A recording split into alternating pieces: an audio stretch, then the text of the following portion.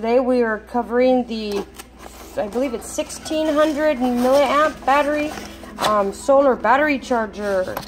I have purchased this one online for about $29. I had got the blue and black version color. So this is the look.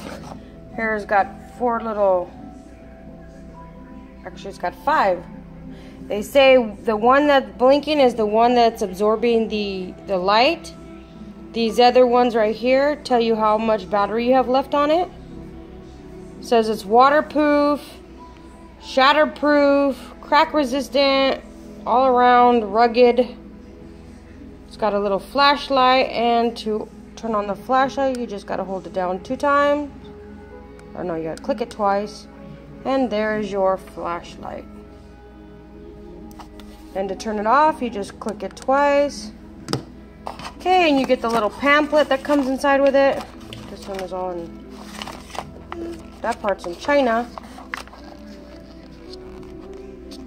Not gonna go through all the instructions. But yeah, this is the 1600 milliamp solar battery charger. Please like and subscribe. And if you have any questions or comments, please do that below.